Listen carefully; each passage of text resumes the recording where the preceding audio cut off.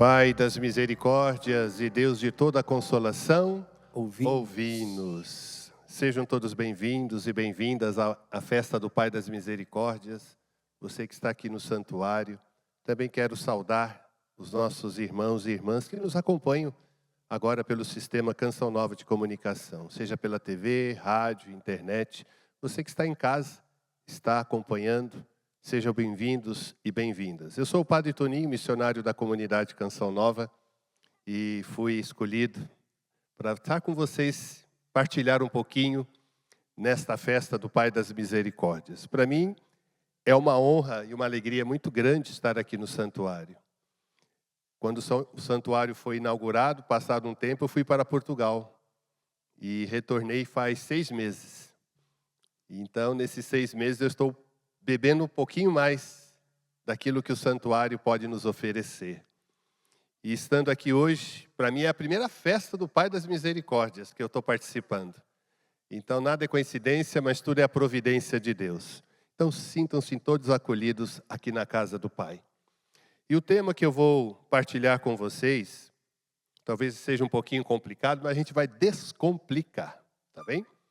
O tema é assim: cumprindo a promessa com a encarnação do Verbo, como Cristo e a Igreja se tornam o novo templo? Meu irmão, minha irmã, com o cumprimento da promessa através da encarnação do Verbo, Cristo e a Igreja tornam-se o novo templo de várias maneiras. Então nós vamos trabalhar um pouquinho com vocês sobre isto. E o primeiro ponto é Cristo como novo templo. O que isto significa, meu irmão, minha irmã? Jesus Cristo é o verdadeiro templo de Deus, o lugar onde a sua glória habita. Ele próprio é o novo templo, a habitação do Eterno entre nós. Olha que bonito. A habitação do Eterno entre nós. O Verbo se fez carne e habitou no meio de nós. Então Jesus Cristo é a habitação do Eterno entre nós, a aliança em pessoa. Por isso Jesus diz, quem me vê, vê o Pai. Eu e o Pai somos um. O próprio Jesus referiu-se ao seu corpo como templo que seria destruído. Só lembrar lá a passagem do Evangelho, destruam esse templo e eu o reconstruirei em 3 dias. O pessoal falou, esse homem está louco. Nós demoramos anos para construir esse templo e ele em 3 dias vai reconstruir. Mas Jesus falava do templo que é o seu corpo. Por isso ele morreu na sexta-feira e ressuscitou depois de 3 dias, o seu corpo glorioso. Significando então a sua ressurreição. A descrição do templo como não feito por mãos humanas, também encontrada na teologia de São Paulo, na carta aos Hebreus, onde o corpo de Jesus é o novo templo de Deus. Meu irmão, minha irmã, nós precisamos compreender muito bem isso. Mais do que olhar o templo, nós temos que ver que esse templo representa o próprio Deus. O templo representa esse lugar onde Deus habita. E o segundo ponto que dentro do nosso tema, tão bonito esse tópico, igreja como templo do Espírito Santo. Celebrávamos estes dias a solenidade de Pentecostes. O Espírito Santo se faz presente no templo.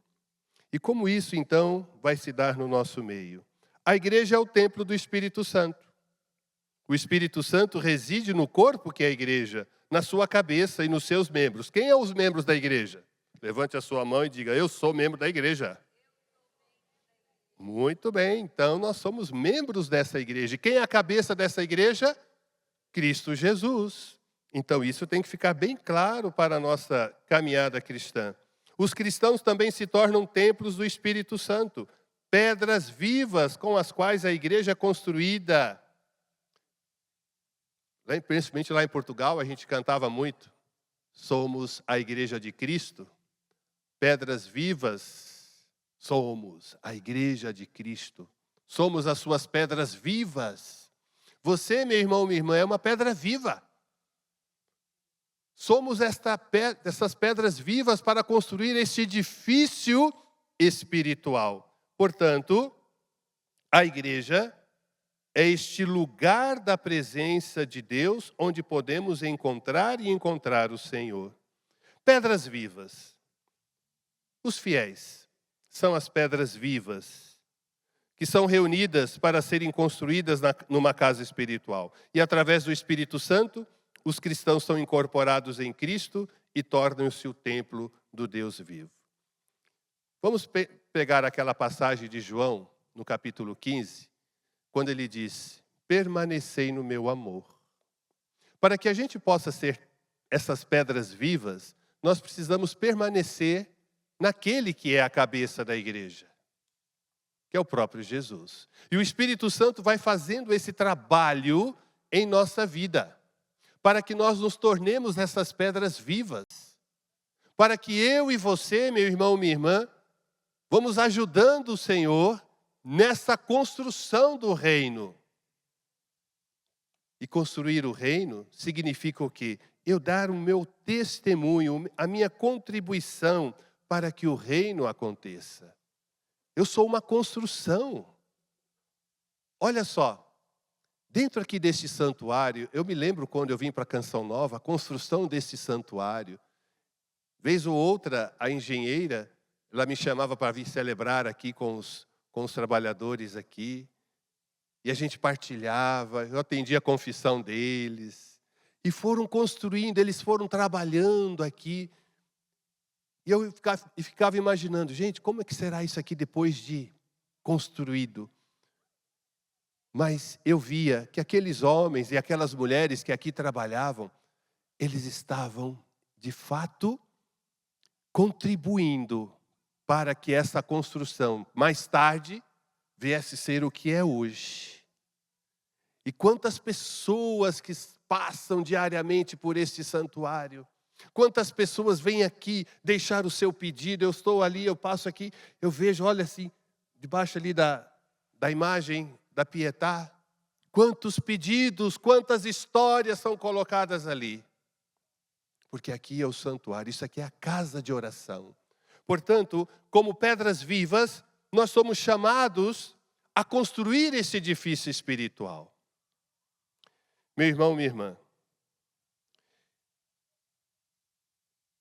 e essas pedras vivas, elas não são construídas de qualquer maneira. Então vamos pegar aqui a palavra de Deus, que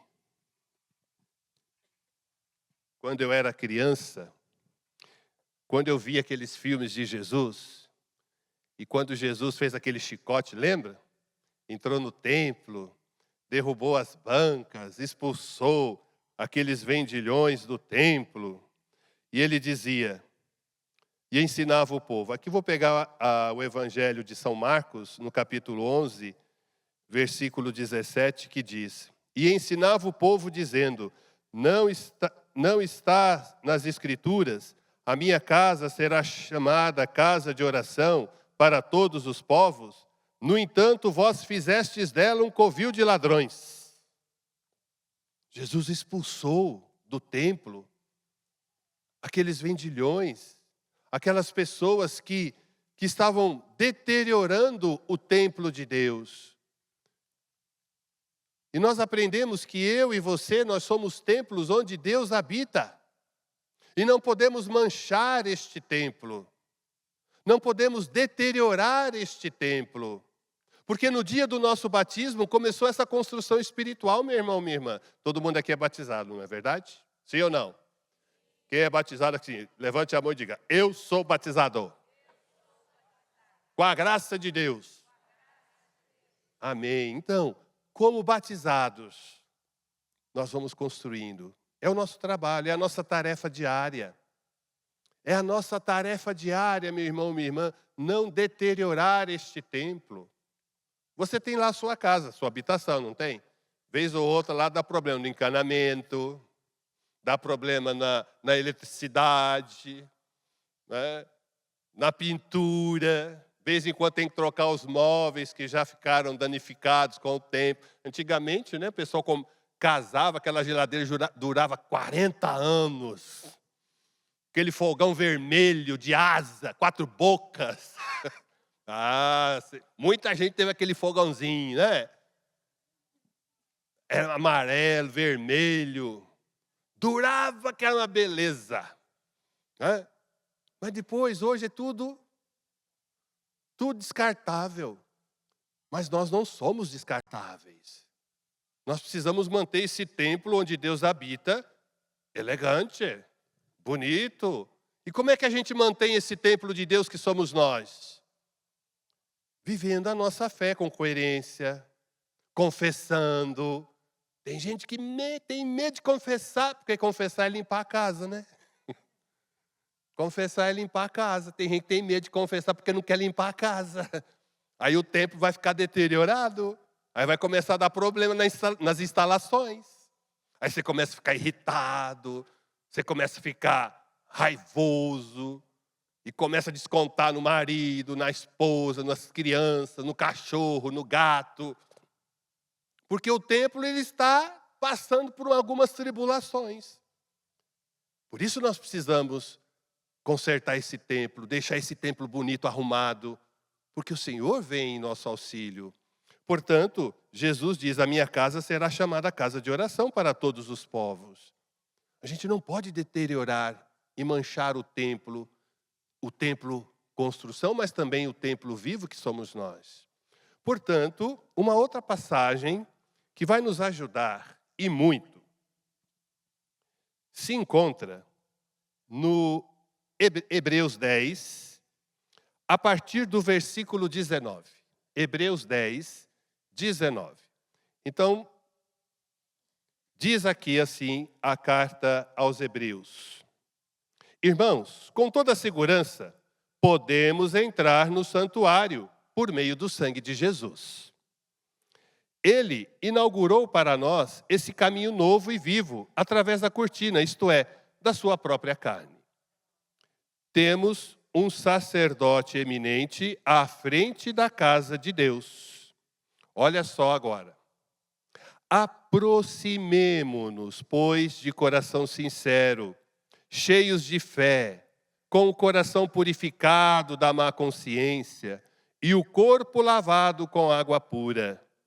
Sem vacilar, mantenhamos a profissão da nossa esperança, pois é fiel aquele que fez a promessa. Tenhamos consideração uns pelos outros, para nos estimularmos no amor e nas boas obras. Não deixemos de frequentar as nossas reuniões, como alguns costumam deixar. Ao contrário, procuremos animar-nos cada vez mais, principalmente agora que vedes que se aproxima o dia do Senhor. Então, uma das atitudes para sermos essas pedras vivas, meu irmão, minha irmã, é aproximar. Estamos aqui no santuário. E o mosaico representa bem esta aproximação. Vamos olhar um pouquinho para o mosaico? O padre vai falando e você vai olhando para o mosaico. Antes dessa cena, aconteceu uma separação. O filho morava com o pai. E cargas d'água, o filho pediu a parte da herança e foi embora. A palavra de Deus não fala quanto tempo ele ficou fora. Mas quando ele caiu em si, e ele refletiu o mal que ele fez na sua vida e na vida do seu pai, ele resolve voltar para casa. Houve um afastamento, agora há um retorno. E ele decide, eu vou me levantar, porque ele estava caído. Vou voltar para o meu pai e dizer, pai, pequei contra o céu e contra ti, já não sou digno de ser chamado teu filho. Trata-me como um dos teus empregados. E durante o caminho ele foi pensando nisso.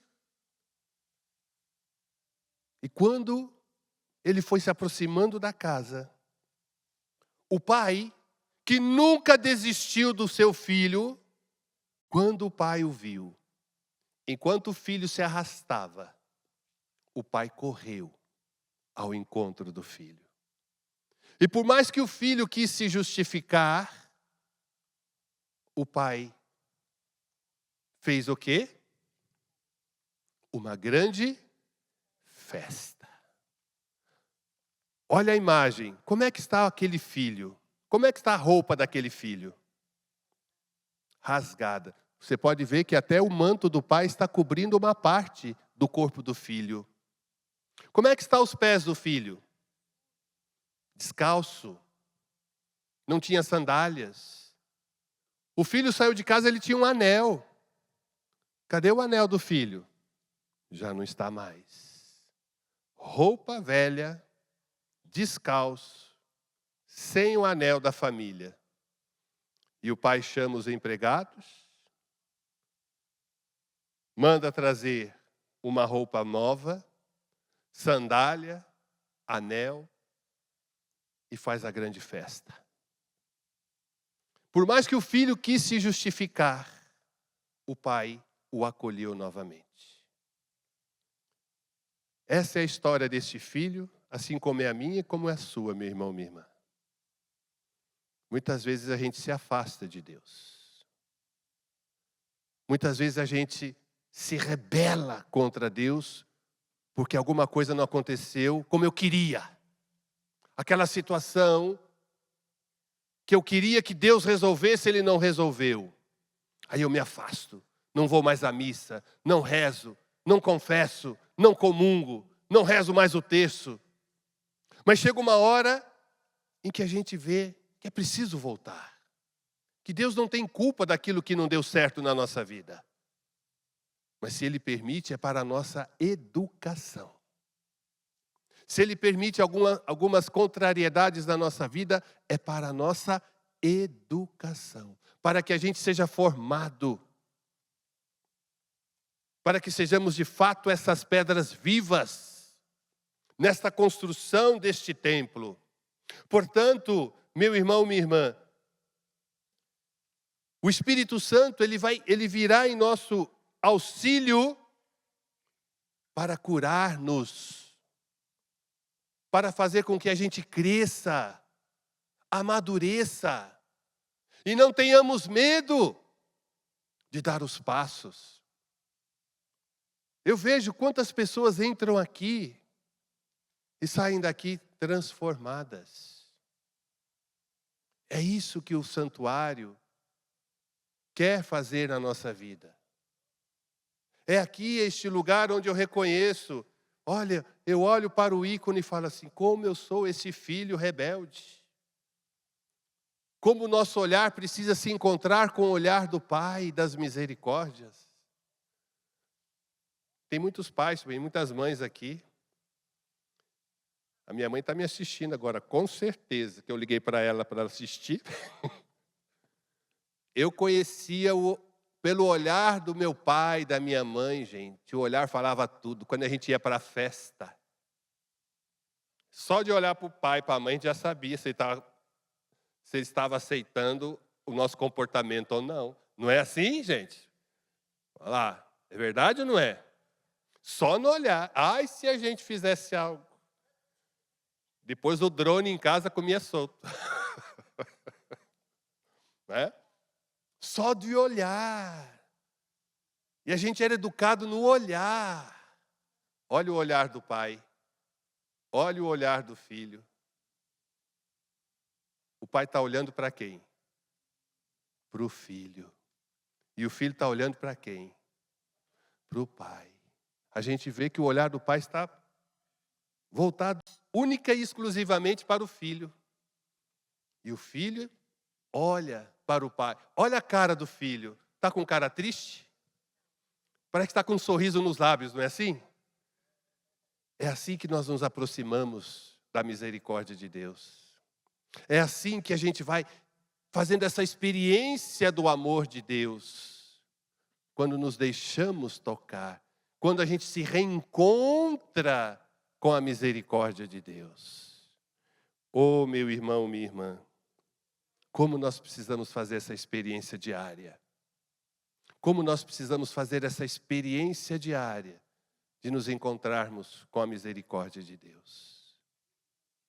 nesta festa do Pai das Misericórdias, eu e você, nós somos convidados a reavivar em nós esta confiança no Pai.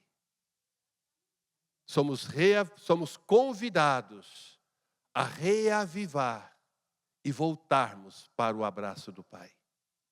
Portanto, como pedras vivas que somos, de vez em quando, as pedras precisam passar por um polimento. As pedras precisam passar por uma limpeza. Mas não tenha medo, porque o Pai cuida de nós. Ele nos ama. Portanto, meu irmão, minha irmã, não tenhamos medo de estarmos diante da presença do Pai.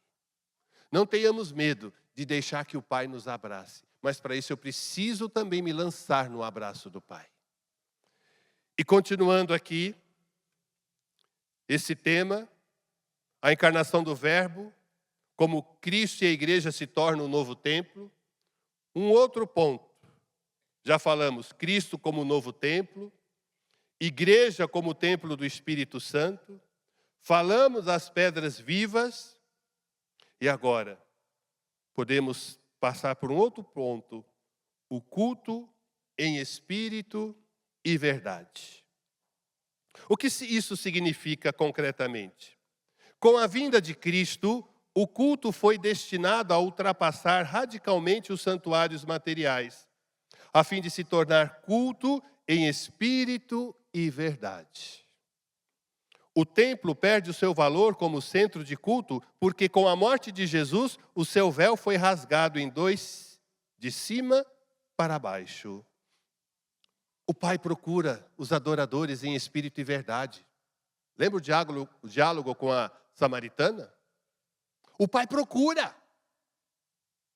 Então nós podemos viver esta dinâmica, buscando viver em nossa vida este culto espiritual. Buscando esta dinâmica de fazer com que a nossa vida, ela não seja uma vida assim, olha, como a gente fala, né? Meia boca. Mas que de fato ela seja uma vida alicerçada em Deus. Meu irmão, minha irmã, a nossa fé ela não pode ser uma fé de qualquer jeito, conforme o sabor do vento. O vento sopra para cá, eu vou para cá. O vento sopra para lá, eu vou para lá. Acho que muitos de vocês já viram uma plantação de bambu. Um monte de bambu junto. A gente, quando era criança, em frente de casa tinha lá um terreno vazio. Até hoje está vazio o terreno lá. Né? E tinha um bambuzal no fundo. E como moleque a gente ia lá, né? Pegar, cortar os bambus para fazer pipa, ou para fazer outras coisas. Então, de vez em quando, lá quando batia o vento, estava lá os bambuzais, né? E para lá, rangia para cá, rangia. E quando estão todos juntos, arranjam, né? E dá aquela barulheira. Mas eles entortam, mas não quebra. Quantas pontes foram feitas de bambu? Aqueles bambuzão mesmo assim, né? Parecendo o Hulk, o braço do Hulk, né? Bota para fazer aquelas coisas para carro passar. O bambu entorta, mas não quebra. Assim devemos ser nós. A gente não pode deixar a nossa fé se deixar abalar por qualquer coisa. A gente enverga para cá, enverga para lá, mas estamos rígidos. Se fosse lá em Portugal, o pessoal ia falar, tem que estar rijo. O português fala, tem que estar rijo, senhor padre, tem que estar rijo. Estar mesmo firme. E se nós não estivermos firmes neste culto em espírito e verdade, a gente não vai ser esse templo vivo. A gente vai ficar deteriorado. A gente vai envelhecer antes do tempo. Não estou falando aqui de idade, viu, gente? Tem gente que pode ter 20 anos, mas está com a alma de quase 90 anos. Está quase acabando. A nossa alma tem que ser jovem. Então, esse culto em espírito e verdade faz com que eu vou ganhando ânimo dia após dia. Quem já passou por dificuldades aqui na vida ou está passando aí, levante a mão. Olha, pensa num pouco problemático, né? Todo mundo aqui já passou por os perrengues da vida? Já? Sobreviveram? Que bom, louvado seja Deus. Como eu sempre digo, tudo passa nessa vida, até uva passa. Tudo passa, até uva passa. A gente tem que passar. Meu irmão, minha irmã, nós temos que ganhar têmpera. Senão a gente vai esmorecer, a gente vai cair. A palavra de Deus diz lá, mesmo enfermo eu sou guerreiro. Mesmo enfermo eu sou guerreiro. E se a gente não for guerreiro, meu irmão, minha irmã, você quer fazer parte do exército de Jesus? Olha, pensa num povo animado para fazer parte do exército. Você quer fazer parte do exército de Jesus? Olha, essa criança é fogo ali. Ó. Vocês querem fazer parte? Já foram convocados?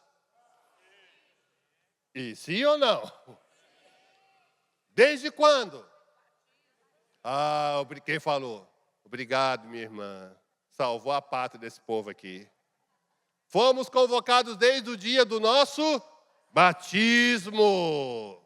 Eu e você fomos convocados para fazer parte desse exército da salvação. Fomos convocados. Não deserte, meu irmão, minha irmã. Tem gente que está desertando. Tem gente que está abandonando a barca. Porque não está... eu quero... Olha, cuidado. Esses dias aqui, eu falava... Foi numa das missas. Vai tanta missa que a gente celebra aqui, até esqueci qual missa que foi, mas tudo bem. O contexto era... Cuidado com a voz da sereia. Sabe lá aquela história da sereia? A sereia cantava, os marinheiros eram atraídos, e quando eles caíam na água, se afogavam. E eu dizia, dentro de nós existe o canto da sereia. Cuidado para você não se deixar seduzir pelo canto da sereia. Falou mal de você? Fale mal também. Olha o canto da sereia. Te caluniaram? Calunie também. Olha o canto da sereia. A pessoa fez isso para você, não perdoa. Olha o canto da sereia. Você já foi seduzido pelo canto da sereia? Sorria, você está sendo filmado. Sim. Minha gente. Quem quer ser templo onde Deus habita, não pode se deixar levar pelo canto da sereia que está aqui dentro. Porque muitas vezes vai querer nos seduzir, vai querer nos levar para o buraco. E os filhos de Deus não é o buraco que a gente pode ir um dia que a gente morrer. Mas nessa vida, enquanto for vivo, a gente não tem que ir para o buraco. Porque a gente tem que almejar o céu. E uma pergunta que eu faço agora para vocês. Quem quer ganhar o céu, levante a mão e diga, eu quero ganhar o céu. Pensa num povo animado. Faltando 15 minutos para as 3, quase na hora da misericórdia. Você quer ganhar o céu, meu irmão? Tem certeza? E o que você está fazendo para ganhar o céu?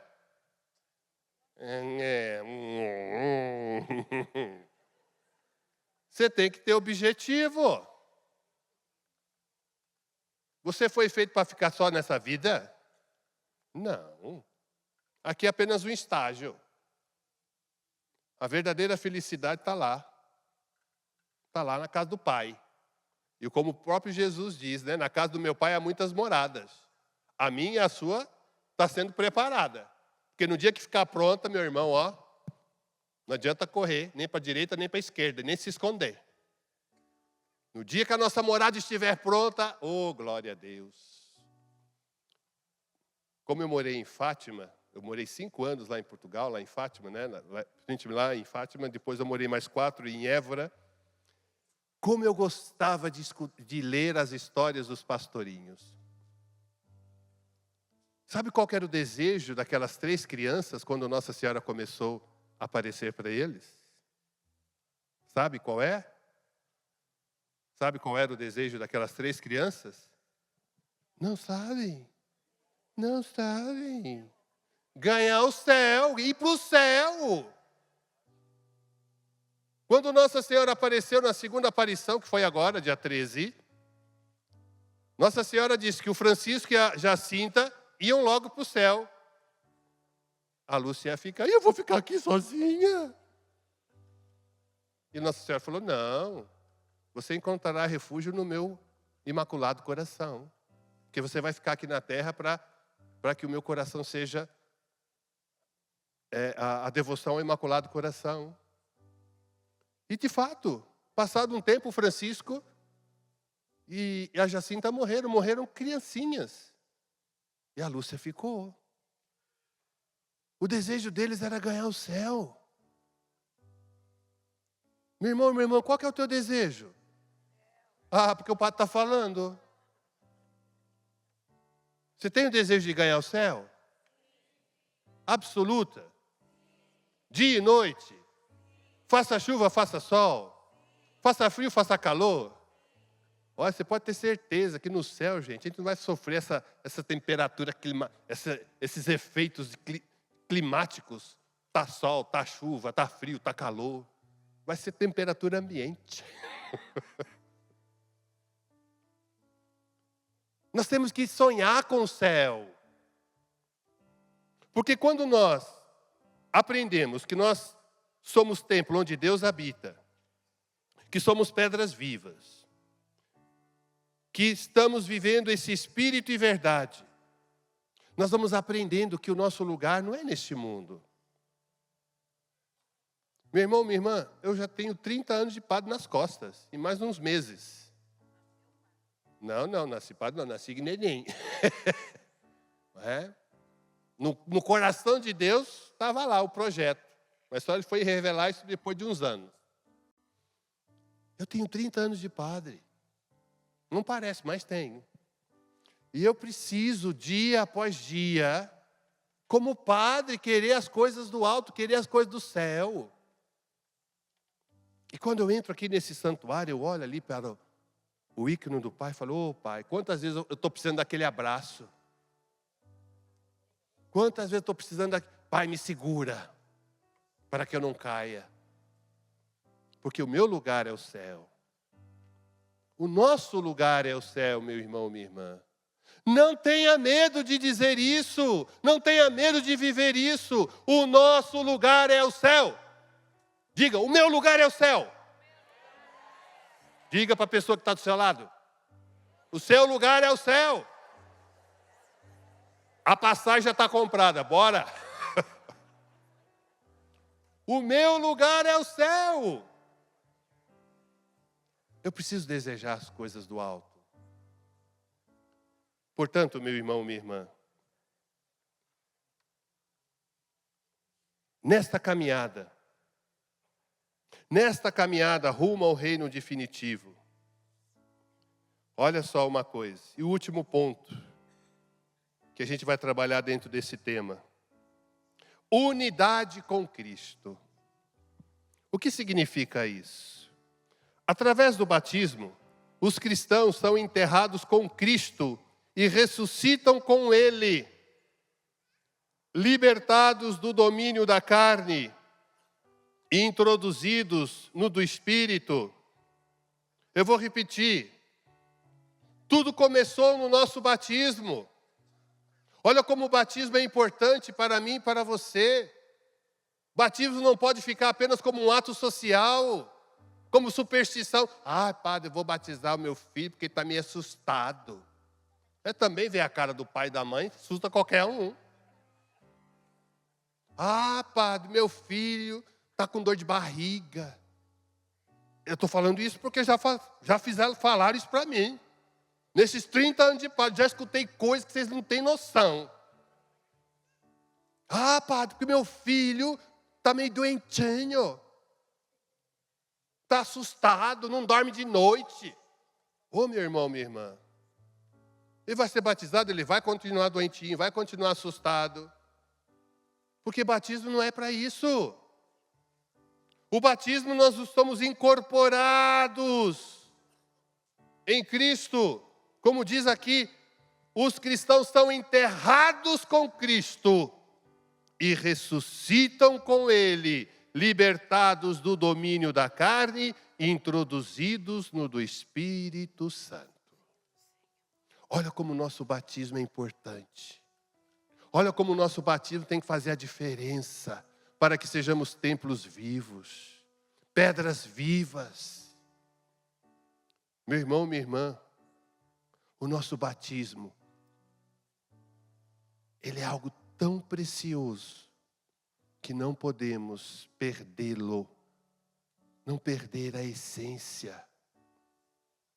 Portanto, eu te convido, nesta festa do Pai das Misericórdias, se você se afastou de Cristo, volte. Você pode estar aqui talvez em corpo, mas será que a tua alma está unida a Cristo? Será que você tem esse desejo de unir também? O teu corpo está aqui, mas será que a tua alma também quer se unir a Cristo? Nós precisamos desejar isso. Nós precisamos desejar esta união. Como diz aqui, vou repetir. Os cristãos são enterrados com Cristo. Eu preciso estar com Ele. Eu preciso estar enraizado em Cristo. Porque, como diz São Paulo, nada pode nos separar do amor de Cristo. Nada. Nada pode nos separar. Mas só que a gente fica escutando, como eu disse agora há pouco, escutando o canto da sereia aqui dentro, a gente vai se afastando de Cristo. A gente vai buscando outras alternativas. Olha o filho. Ele buscou outras alternativas. Mas quando ele viu que aquela sua alternativa não deu certo, o que ele fez? Voltou para o Pai. Voltou para o Pai. Portanto, meu irmão, minha irmã, a igreja é um novo templo, construído com pedras vivas. E Cristo destruiu o muro de separação que dividia os homens e construiu-os junto num lugar de habitação de Deus no Espírito. Guarde isso no seu coração. Eu e você somos templos vivos, pedras vivas. E esse templo foi pago por um alto preço. Qual foi o preço? O sangue de Cristo. Fomos lavados, purificados, santificados. Portanto, meu irmão, minha irmã, não vamos jogar fora isso. Vamos reavivar o dom de Deus que está em nós. Vamos reavivar o dom de Deus que recebemos no dia do nosso batismo. Nós recebemos, eu sempre costumo dizer isso, que no dia do nosso batismo nós recebemos um dom gratuito, que é a graça santificante. Um presente de Deus para nós. Mas também Deus dá um outro dom. Essa graça santificante é para toda a vida.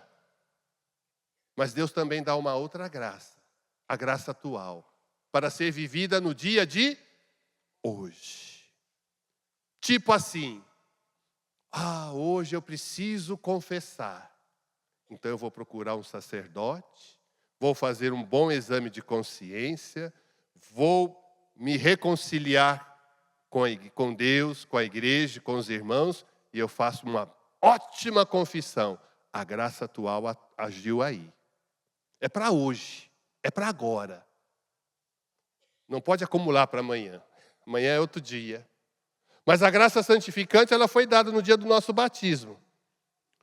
Para que a gente possa viver esta vida em Deus. E a gente vai precisar dessas graças atuais para que a gente possa ganhar ânimo, têmpera, disposição. O que é essa disposição, padre? Vou ensinar uma coisinha aqui para vocês que eu aprendi lá em Portugal. O povo português, principalmente na região que eu morava, eles sempre eles cumprimentavam as pessoas e diziam assim: bem disposto? Bem disposto? Coisa estranha, bem disposto. Aí, passado um tempo, que eu estava em Portugal, aí eu fui abastecer lá o carro que eu andava. E lá em Portugal não tem essa, como aqui no Brasil, frentista. A gente que vai lá, coloca lá a coisa, abastece, depois vai pagar, né? Aí, um dia, estava um frio medonho. Vocês estão reclamando do frio aqui? Vocês não sabem o que é frio.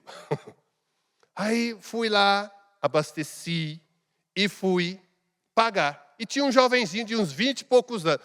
E veio no meu e falou assim: vou ver se esse negócio de bem disposto resolve. Vê para esse jovem aqui, um frio medonho. Vamos ver se ele está bem disposto. Eu cheguei para ele com o dinheirinho e fiz assim: bem disposto? E ele falou assim para mim: sempre! Eu falei: rapaz! E eu falei assim: isso aqui vai ser tema de pregação. Aí eu pergunto para vocês que estão aqui na festa do Pai das Misericórdias: bem dispostos?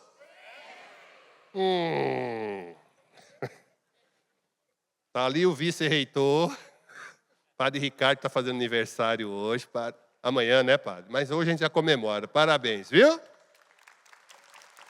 Padre Bruno, nosso administrador aqui do Pai, está faltando o reitor. Ele está confessando gente aí. Bem dispostos, padre?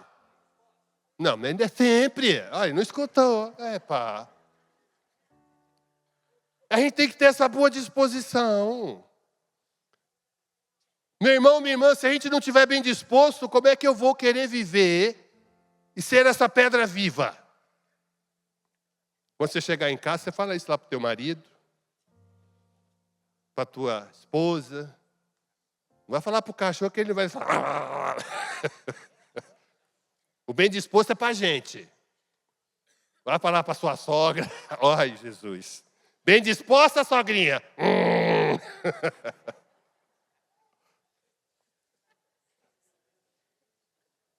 Nós temos que ter essa boa disposição, meu irmão, minha irmã. Porque para ganhar o céu tem que ter disposição. Para ganhar o céu, para ser pedra viva, tem que ter disposição. Para eu deixar que o Espírito faça com que eu seja essa pedra viva, que faça parte dessa construção que é a igreja, eu preciso ter disposição. Porque senão, vocês estão rindo, agora eu vou falar uma outra coisa. Se você não tiver de boa disposição, você vai ficar com cara de maracujá de gaveta. Maracujá passa. Gente, lá em Portugal, quando eu comecei com essa expressão, eu falei: senhor padre, não estou a perceber. Aí eu tinha que explicar para eles, né? Pega o maracujá, bota dentro da gaveta, deixa lá uma semana, depois abre a gaveta. Aquele maracujá bonitinho vai estar, ó. Para ter disposição, a gente não tem que ter cara de maracujá de gaveta. Tem que ser igual esse menino aqui, gente. Olha só. Ele está rindo. Não sabe do que, mas está rindo. Olha lá, olha a boa disposição. Olha a boa disposição desse menino. Por isso Jesus falou: quem não se parecer como criança não entra no reino. Não entra. Olha lá, olha que coisa boa, gente. Pensa a disposição, deixa ele crescer para ele ver só. Quando tiver que ir para a faculdade, para a escola, tem que estudar para matemática, ele vai ver a boa disposição. Mas eu estou falando isso, a boa disposição espiritual. Quando você acorda de manhã, você precisa deixar que o Espírito Santo de Deus, ele vá te unindo a Cristo. Porque quando a gente acorda pela manhã, parece que os problemas eles já estão de prontidão. Bom dia, temos que pagar as contas hoje, temos que fazer isso, temos que passar por aquilo. E a gente já começa a falar: por que eu não continuei dormindo? Vocês estão rindo. E a gente, para poder ter a alegria de Deus, nós precisamos pedir muito ao Espírito Santo de Deus, que esse templo onde Deus habita não seja manchado pela tristeza, pelas mágoas. A palavra de Deus diz, não entrega a tua alma à tristeza, porque a tristeza já matou a muitos. Mas lá no livro de Neemias capítulo 8, versículo 10 diz, a alegria do Senhor é a vossa força. São Paulo, quando escreve aos Filipenses, diz, alegrai-vos sempre no Senhor, repito, alegrai-vos. Um cristão triste é um triste cristão. A alegria de Deus, templo de Deus, pedras vivas, tem que ter a alegria de Deus. Se você não tiver a alegria de Deus, meu irmão, minha irmã, desculpa lá, você está perdendo tempo. A gente espera que o outro fique sorrindo para a gente. Eu já não vou mais nessa onda.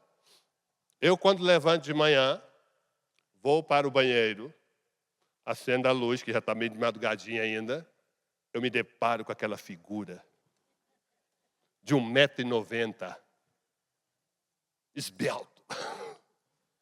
Eu olho para aquela imagem e diz, bom dia, Padre Toninho, e dou um sorriso. Vai ver que é o único sorriso que eu vou ganhar esse dia. Pelo menos já estou garantido o meu. Quantas vezes você já sorriu para alguém? Ou sorriu para você mesmo? Quanto tempo que você não sorri para você mesmo? Se tivesse um espelho assim, será que você sorriria para você? Como templo vivo, onde Deus habita? Porque o templo onde Deus habita, a tristeza, temos que cultivar a alegria. E a alegria é um dos dons do Espírito Santo, dos frutos dos dons do Espírito Santo. E se eu não pedir a alegria, meu irmão, minha irmã, esse templo vai deteriorar. Esse templo vai ser manchado. Aí Jesus, de vez em quando, vai ter que vir com um chicote, expulsar o que está deteriorando este templo. Então vamos pedir ao Senhor esta graça? Vamos pedir ao Senhor, Senhor, eu quero ser um templo vivo. Vai lá, vamos rezar com o Padre. Senhor, eu quero ser este novo templo onde o Senhor habita. Dá-me a graça, Senhor, em todos os dias, limpar este templo, tirar as poeiras, tirar tudo aquilo que denigre este templo. Eu quero ser um templo vivo. Eu quero ser uma pedra viva nesse edifício espiritual que é a igreja. E neste santuário do Pai das Misericórdias, eu quero me comprometer, Jesus, a ser esse templo vivo. Dai-me a graça, Jesus, de não vacilar, mas voltar. Quando a tentação de querer me afastar de Ti, que eu possa lembrar deste quadro que está aqui, do Pai das Misericórdias, que acolhe o Filho, que abraça o Filho e que faz festa com o Filho. Eu quero me deixar, Senhor, abraçar por Ti. Não leve em conta as minhas falhas, porque o Senhor é o Pai das Misericórdias. Estou aqui hoje, Senhor, com o meu coração, com a minha vida, e eu te entrego a Ti, Senhor. Eu entrego a Ti, Senhor. E eu quero sair desta festa do Pai, revigorado, pronto e bem disposto para seguir em frente.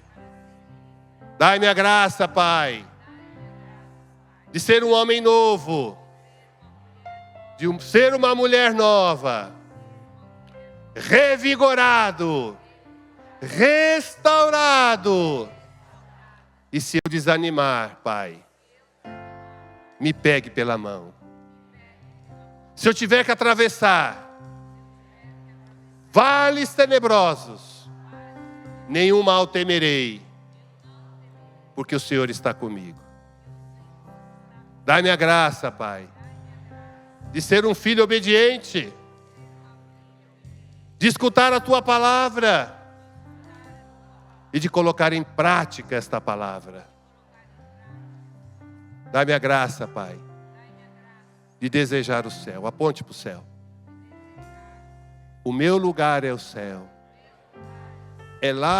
Lá é o lugar dos filhos do Pai das misericórdias. E diga assim, em alto e bom tom: eu sou filho do Pai das misericórdias. Amém. Pai das misericórdias. Fique em pé. Pai das misericórdias. Pai das misericórdias. Pai das misericórdias. No teu templo construído de histórias, de teu povo tão sofrido, mas de muita fé. Recebeste nossas dádivas, recolheste nossas lágrimas e fizeste um altar de adoração em louvor da sua glória, em louvor da misericórdia que brotou do teu grande coração de paz.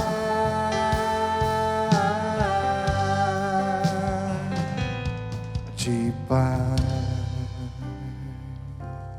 E você que está aqui no santuário, você que está em casa nos acompanhando, seja pela TV, pela rádio, pela internet, vamos agora apresentar ao Pai. Quando a gente reza a oração do Pai das Misericórdias, a gente faz uma parada e apresenta os pedidos ao Pai. A minha casa é casa de oração. Este santuário é casa de oração. Então agora, meu irmão, minha irmã, apresente ao Senhor. Vamos rezar. Vamos apresentar. Você que está aí com eu vejo que algumas pessoas trouxeram fotos dos seus entes queridos, pedidos. Talvez aí esteja nessa modernidade que é o celular. Abra agora. Apresente ao Pai. Se você está com a foto do seu ente querido, seus pedidos, apresente ao Pai. Apresente ao Pai, para que o Pai agora possa visitar, para que o Pai agora possa acolher, e que você agora, meu irmão, minha irmã, seja esse intercessor por essas pessoas que você trouxe aqui no santuário. Seja esta pedra viva. Vá dizendo ao Pai: Pai, visita esse meu ente querido. Diga ao Pai o que essa pessoa está vivendo, ou a situação na qual ele está passando. Seja agora esse intercessor, meu irmão, minha irmã. É a festa do Pai das Misericórdias. Esta é a casa da oração, casa de oração. Portanto, peça, apresente. Tenha essa disposição de dizer: Pai, visita esse meu ente querido. Visita esta situação na minha casa. Visita essa situação desse meu familiar. Pai, eu confio na sua misericórdia, eu confio na sua misericórdia que vai trazer de volta, Pai, se esse filho, se essa filha se desgarrou, se ele está afastado da igreja, peça, Pai, que ele tenha coragem de voltar. Visita, Pai, Cura este coração. Cura este meu irmão, esta minha irmã. Restitui, Pai, a alegria que esse filho, que essa filha perdeu. A esperança. Estamos no ano jubilar, o ano da esperança. Peregrinos de esperança. E quem confia no Senhor não fica decepcionado. Vamos confiar, meu irmão. Vamos confiar, minha irmã. Vá dizendo ao Pai: Pai, visita. Pai, acolhe. Pai, o seu amor de Pai. Vá dizendo e vai apresentando este filho e esta filha com as suas enfermidades. Talvez alguém está doente da sua casa. Diga ao Pai: Pai, essa pessoa está doente, Pai. Ela está internada. Ela está passando com essa dificuldade na sua saúde. A medicação que ela toma não está causando efeito. Olha, Pai, por essa pessoa da minha família que está com depressão, que está com estresse. Olha, Pai, visita esse meu irmão, esse meu familiar, que está afastado dos seus outros entes queridos. Visita, Pai, esse meu irmão, essa pessoa da minha família que está desempregado, Pai. Olha, Pai, pelas crianças da minha família,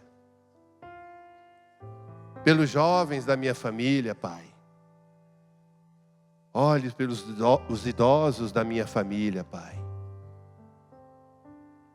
Olhe, Pai. Visita. Eu estou apresentando cada um deles, Pai, aqui no Teu santuário, lugar de oração. Aquilo que eles vivem, aquilo que eles estão passando. Visita, Pai,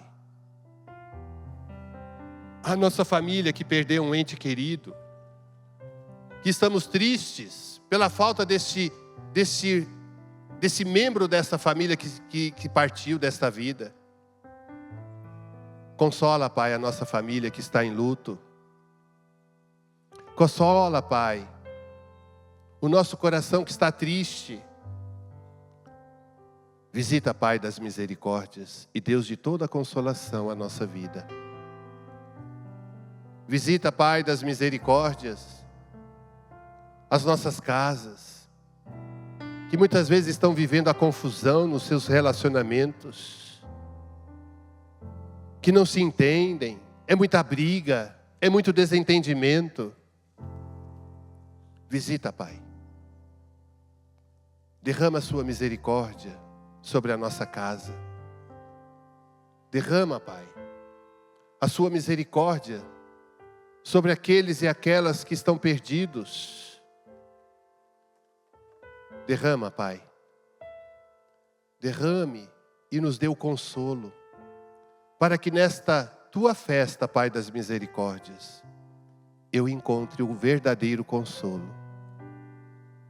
E já vá agradecendo ao Pai pelas graças que vai acontecer na tua casa, que já está acontecendo. Como o próprio Jesus disse quando entrou na casa de Zaqueu: hoje a salvação entrou nesta casa. Vá dizendo isso: hoje a salvação entrou na minha casa. Hoje a salvação entrou na minha casa.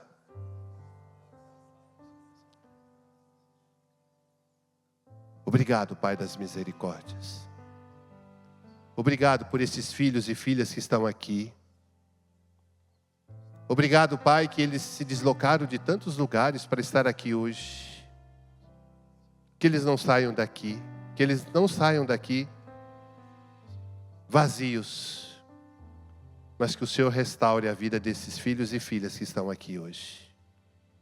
Eu te peço, Pai, restaura a vida desses meus irmãos e irmãs. Eles pediram pelos seus entes, agora eu peço por eles, Pai. Por esses filhos e filhas que estão aqui. Por essas crianças que estão aqui. Por esses adolescentes, estes jovens. As famílias que estão aqui. Olhe por cada um deles, Pai. Restaura essas famílias que estão aqui.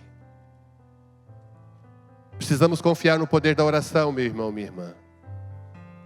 E aqui é o local. Este santuário é o local onde você apresenta a Deus as tuas necessidades.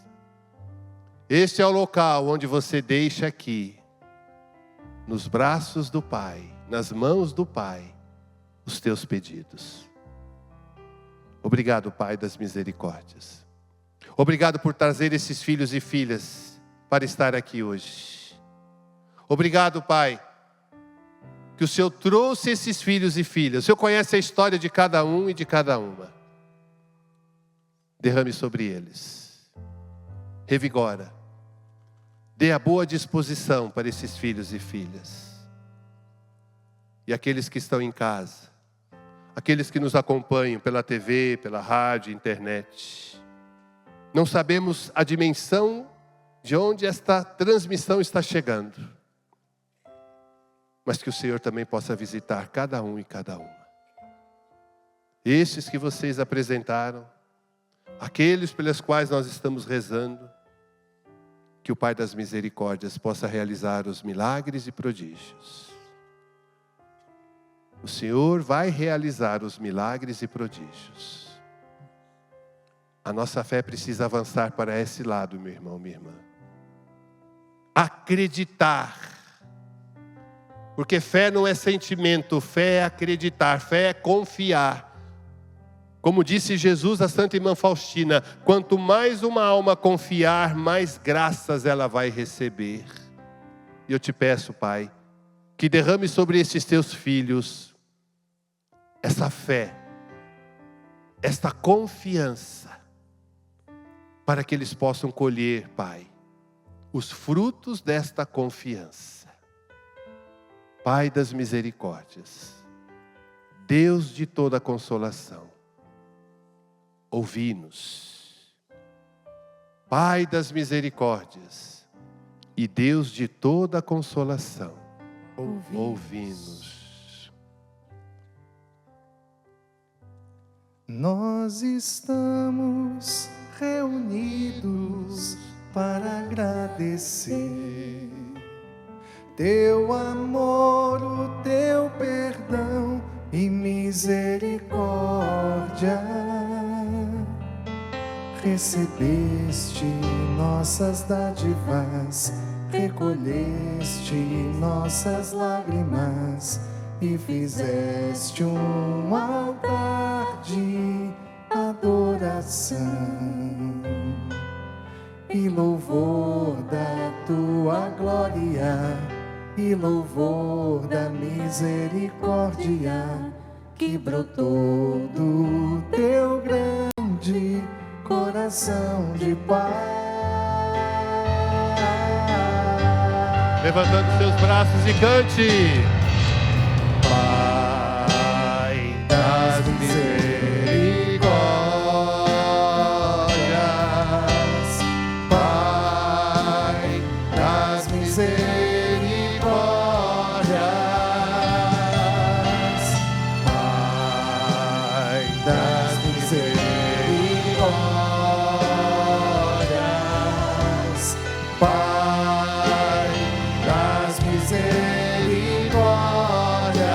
Nós estamos aqui, nós estamos reunidos para agradecer o teu amor, o teu perdão, teu amor, o teu perdão e misericórdia. Recebeste nossas dádivas, recolheste nossas lágrimas e fizeste um altar de adoração e louvor da tua glória, e louvor da tua glória, e louvor da misericórdia que brotou do teu grande coração de paz.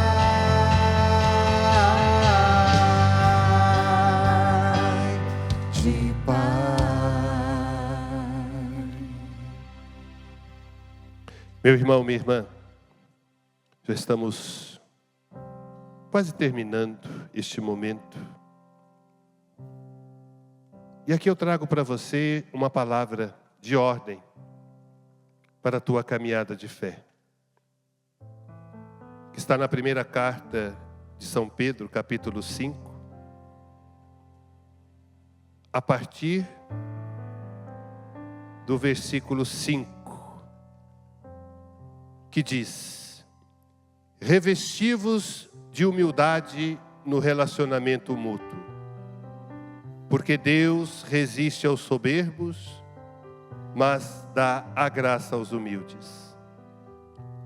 Humilhai-vos diante da poderosa mão de Deus, a fim de que no momento certo Ele vos levante. Colocai nas mãos de Deus qualquer preocupação, pois é Ele que cuida de vós. Sede sóbrios e vigiai, pois o diabo, vosso inimigo, anda ao redor de vós como um leão que ruge procurando a quem devorar. Resisti-lhe, permanecendo firmes na fé, sabendo que essa espécie de sofrimento atinge os vossos irmãos que estão espalhados pelo mundo. Depois de sofrerdes um pouco, o Deus de toda graça, aquele que vos chamou em Cristo para a sua glória eterna, vos restabelecerá, firmará e fortalecerá e vos tornará inabaláveis. Amém? Amém. Amém? Então tome posse dessa palavra. Tome posse.